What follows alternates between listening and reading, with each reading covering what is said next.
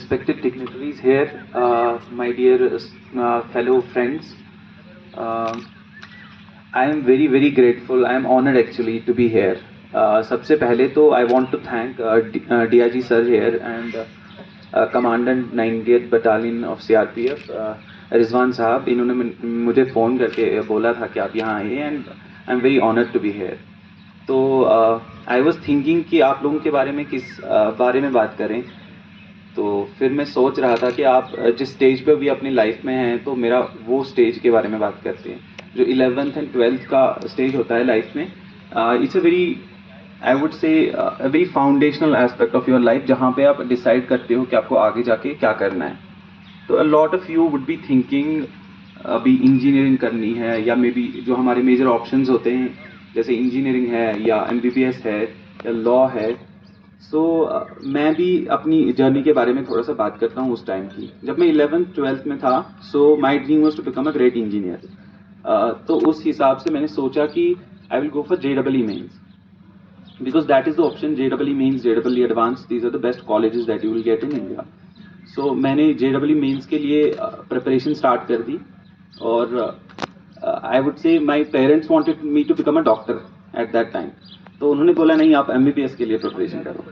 तो but they were considerate enough. जब मैंने उनको बोला कि नहीं मुझे इंजीनियर ही बनना है, दे सेड कि ठीक है अगर आपको वो सही लग रहा है तो आप उसके लिए प्रिपरेशन कीजिए. तो I think that is the first lesson I think for all of us to let others like your children specially parents के लिए let your children do what they want to do. उनका passion उनको follow करने दीजिए because वो उस passion के through ही आगे बढ़ सकते हैं. तो वो मैंने पहली चीज़ करी. मैं इंजीनियरिंग में गया. फिर I went to NIT Srinagar. So many of you would have heard about that college, one of the premier colleges in India. तो वहाँ पे मैं सिविल इंजीनियरिंग में गया था. इट वाज 2015 में वहाँ गया मैं. तो जो एक होता है इमेज होता है कि इंजीनियरिंग में ये करना होगा. We started to do that in the first 2-3 semesters and after that I started to get this feeling that I want to do something more than this. Even though engineering was also good, I was good at it, but I wanted to do something more than this. And उस time के around I also came to know that कि मेरे को बचपन से ऐसा था कि हाँ DM बनना है, but ये सबके मन में मोस्टली होता है, but ऐसा पता नहीं होता कि कैसे करना है. उस time के around I came to know of civil services examination. तो मैंने एक बार ऐसा किया कि मैं हिंदू पढ़ने लगा, Hindu newspaper if you know. तो वहाँ पे मैं रोज़ पढ़ने लगा. तो there are a lot of advertisements that come about civil services, lot of things that come out about civil services. तो वहाँ से मुझे पता चला कि अच्छा इसका जो सिलेबस है उसमें इतने सारे पेपर्स हैं, उसमें ऐसे करना है. Once I saw the syllabus, it became clear to me कि this is what I want. Because उस सिलेबस में ऐसा है कि it's a very vast syllabus.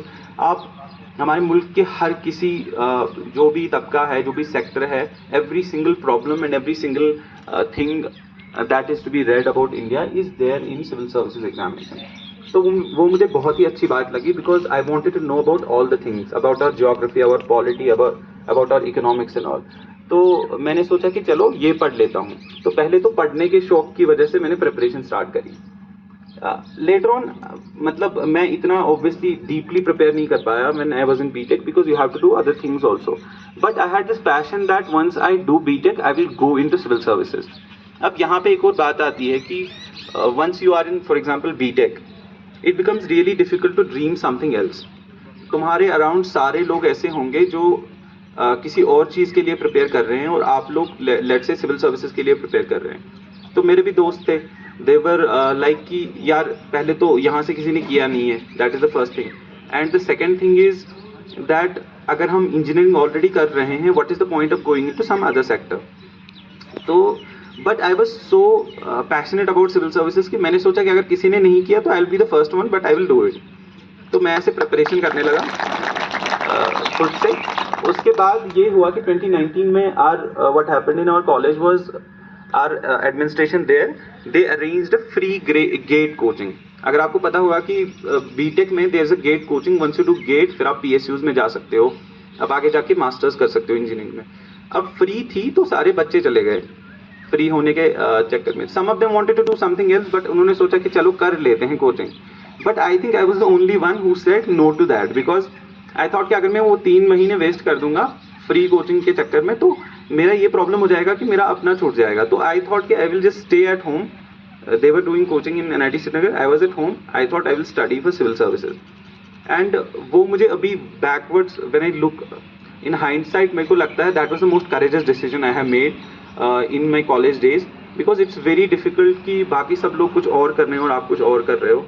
And then 2019 में I went to Delhi, और दिल्ली में ऐसा था कि मैंने कोचिंग वगैरह ज्वाइन की, and that was the first time I think I felt कि I could do it, because once I went there, हमारा ये होता है कि अगर if you are from a remote place, हम सबको लेट्स से इतना कॉन्फिडेंस नहीं होता, but once I went there I saw that most of the students they were also like me only, there was no genius और there was know like something else. तो मुझे ऐसा लगा कि हाँ मैं कर सकता हूँ, और आगे जाके वहाँ पे टीचर्स भी ऐसे मिले जिन्होंने काफ़ी इंकरेज किया, and they were very happy to help me in every stage. तो मैं जैसे जैसे आगे बढ़ता गया तो मैंने पहला ये एग्ज़ाम लिखा प्रीलिम्स का. I am telling this story I think for the first time properly, because I wanted to say this so that you guys know कि कैसे होता है. मैंने प्रीलिम्स लिखा. अब जैसे पहला स्टेज होता है एग्जाम का, इस एग्जाम का इसमें 3 स्टेजेस हैं, प्रीलिम्स, मेंस एंड इंटरव्यू. तो मैंने पहला स्टेज जब लिखा तो ऐसा हमेशा होता है बैक ऑफ द माइंड कि यार अगर नहीं हुआ तो नेक्स्ट साल देना है दूसरा एग्जाम, बिकॉज 1 साल पूरा होता है इस एग्जाम का. तो मैंने प्रीलिम्स लिखा. आई think I got the highest मतलब उस टाइम प्रीलिम्स में, और मैंने बिल्कुल एक्सपेक्ट नहीं किया था. तो जब मेरा वो हुआ तो और कॉन्फिडेंस आया कि चलो यार अब मेंस भी कर लेते हैं, I can do mains also. तो मैंने मेंस लिखा, एंड मेंस में मैंने ऐसे लिखा कि वी हैड जस्ट 2 months, और कोविड की वजह से ऑप्शनल मेरा दूसरी जगह रह गया था, मैं दूसरी जगह था, तो मैं वो ऑप्शनल को इतना एक्सेस नहीं कर पाया. फिर मेंस जब मैंने पढ़ा, मेंस लिखा, तो जिस दिन मेंस का रिजल्ट था उस दिन ऐसा था कि mains is considered as the main stage of this exam. अगर आपका मेंस हो गया ना, आप बहुत क्लोज हो एग्जाम करने के. तो जिस दिन मेंस का रिजल्ट आया तो मैं ऐसे सुबह से ही वेट कर रहा था पूरा रिजल्ट का. तो शाम के 5 के अराउंड है, मैं दोस्त के साथ फ़ोन पे हूँ, तो वो मुझे बोल रहा है कि यार अभी रिजल्ट आएगा, और उसका भी आने वाला था, अभी रिजल्ट आएगा. तो हम बहुत ऐसे एंग्जाइटी में थे. तो मैंने फ़ोन पे देखा तो PDF आ गई, तो वो उस टाइम मैंने देखा कि मेरा नाम उसमें है.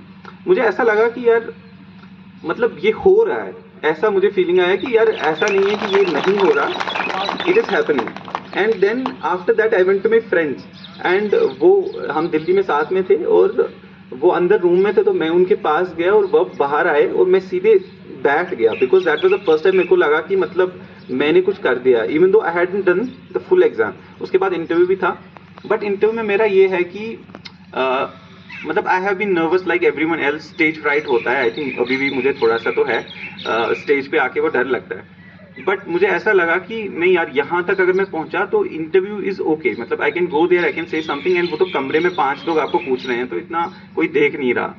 तो वो इंटरव्यू का मैंने किया, मॉक्स थोड़े से किए, और मैंने इंटरव्यू दे दिया. फिर उसके बाद अब रिजल्ट की बारी आती है. इट वॉज सितंबर 2021. तो 24 सितंबर को हम वेट कर रहे थे फिर से रिजल्ट का. तो उस दिन भी ऐसा हुआ कि मैं ऐसे अपने लैपटॉप पे प्रॉपर्ली देख रहा हूँ, कॉन्स्टेंटली मैं 10 सेकेंड्स में ऐसे रिफ्रेश कर रहा हूँ, क्योंकि it was a big moment. और मुझे लगा कि यार मतलब ऐसा लगता है कि नहीं होगा. और मैंने खोल के देखा तो आई हैड गॉट रैंक 225. फिर मैंने अपना रोल नंबर प्रॉपर्ली देखा, तो that was a big moment उस टाइम. और मैंने घर वालों को फ़ोन किया, my dad here, I called him, and my mom also, they cried उस टाइम, बिकॉज उनको ऐसा मतलब वो भी फील कर रहे थे जो मैं फील कर रहा था उस टाइम. तो after that a lot of people came, there were lot of good wishes, and I was very happy. But then I went into Indian revenue service, और वहाँ जाके मुझे फिर से ये लगा कि यार मतलब ultimately the point of our life is to help others, contribute to the society.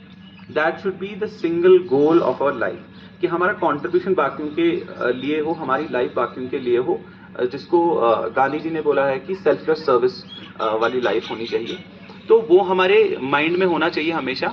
तो वो मेरे माइंड में ऐसा था कि यार I want to do something more for the something more, वो वाली सर्विस जहाँ पे मुझे और भी ज़्यादा अपॉर्चुनिटीज़ मिले, जैसे हेल्थ, एजुकेशन, लोगों की स्किल्स, एम्पावरमेंट के बारे में, जहाँ पे कुछ मैं और कर सकूँ. तो मैंने सोचा कि चलो फिर से एक बार एग्ज़ाम लिख लेते हैं. बट इस time it was even more difficult, because अब already I had got a good rank, good enough rank 225.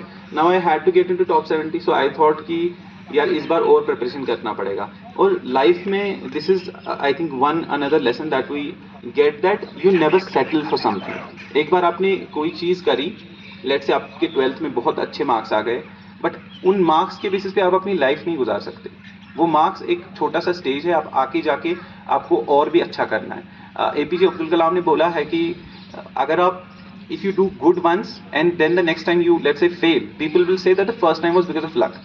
तो ऐसा होता है कि लोग पहली बार आपने सही किया, दूसरी बार आपका गलत हो गया कुछ, तो लोग बोलेंगे कि नहीं, इसको किस्मत की वजह से इसका हो गया था। तो वो भी एक चीज़ आपको हमेशा याद रखनी है कि एक गोल अचीव हुआ तो उसका मतलब life is not has not ended there, आपको आगे जाके और भी कुछ करना है। तो ऐसे मैंने फिर से ट्राई किया and I tried even harder this time. और फिर रिसेंटली रिजल्ट आया, आई saw that it was AIR 7। I was extremely happy because of that, और ये मैंने ऑब्वियसली एक्सपेक्ट नहीं किया था। और सबसे बड़ी बात है कि I get to talk to people like you, जो कि यंगस्टर्स है। मेरा यही है कि मतलब जो यूथ है, all of the youth should think of themselves as the future of this nation. We should not just think ourselves कि हम एक इंडिविजुअल हैं, हम अपने लिए कुछ कर रहे हैं। It's the future of the nation that is in your hands. And hopefully इंशाल्लाह आप सब लोग अच्छे से अलग अलग सेक्टर्स में जाएंगे, अलग अलग सेक्टर्स में जाएंगे, सिविल सर्विसेज में डॉक्टरी करेंगे या इंजीनियरिंग करेंगे, बट आप ग्रेट डॉक्टर्स बनेंगे, ग्रेट इंजीनियर्स बनेंगे, ग्रेट सिविल सर्वेंट्स बनेंगे, who can make all of us proud, who can make the nation proud. Thank you.